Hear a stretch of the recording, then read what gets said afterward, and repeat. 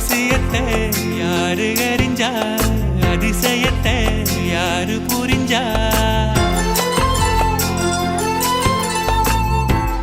விதக்கிற கைதானே மலர் பறிக்குது தினந்தோறும். மலர் தொடுக்க நாறு எடுத்து யார் தொடுத்தா மாலையாச்சு.